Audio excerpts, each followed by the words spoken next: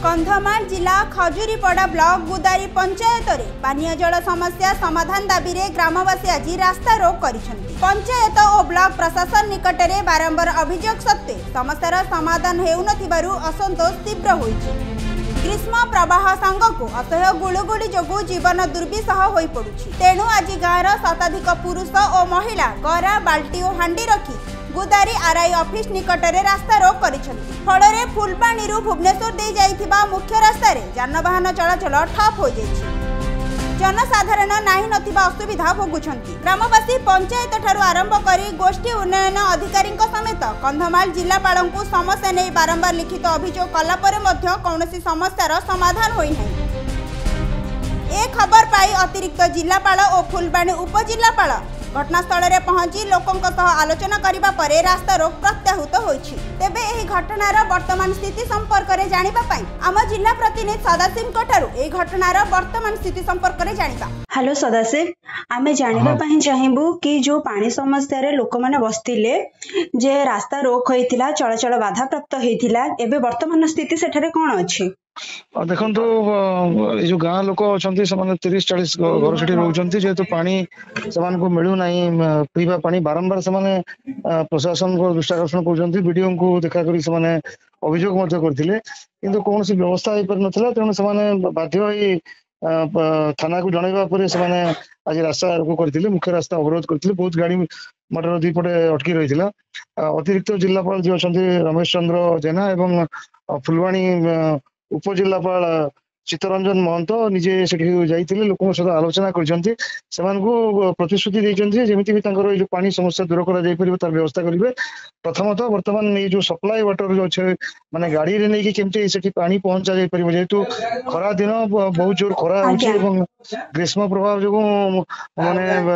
पीवा पानी न मिलले लोक बहुत असुविधा होछंती कारण राज्य रे असह्य ताती लागि रहिछि जे पानी टोपे पई जदी ग्रामवासी माने एमति हंतसंत हेबे एते थर समस्या समाधान पाए से बारंबार अभियोग करिले मध्य गोष्ठी उन्नयन अधिकारी आरंभ करी जिलापाल पर्यंत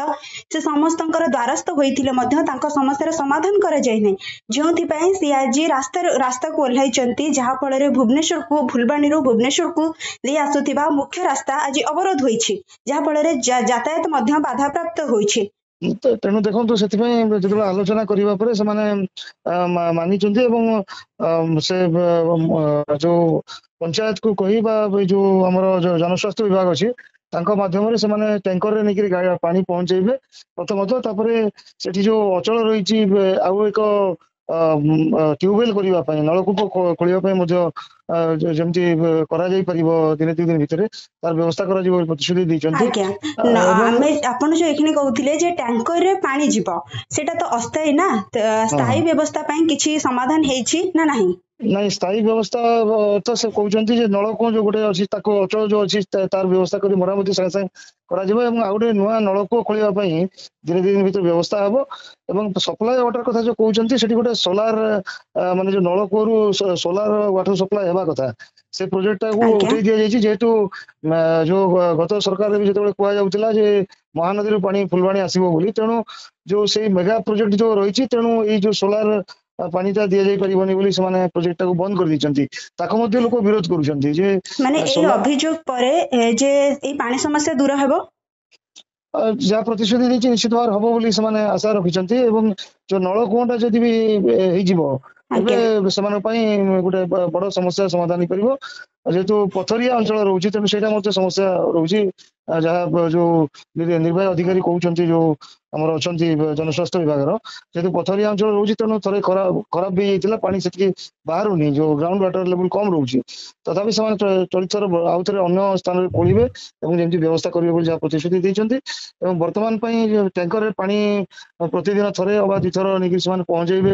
प्रतिदिन जहाँकि जो खरा जो रुद्रताप रही समय समाधान हो पार से व्यवस्था करेंगे जहाँ प्रतिश्रुति देते समय आनिक पानी देवे बोली कहते। धन्यवाद सदाशिव, आपण एही खबर वर्तमान स्थिति उपर हमको अधिक विवरण दउथिले। धन्यवाद। कंधमाल रु सदाशिव पात्रଙ୍କ रिपोर्ट खबर ओडिशा।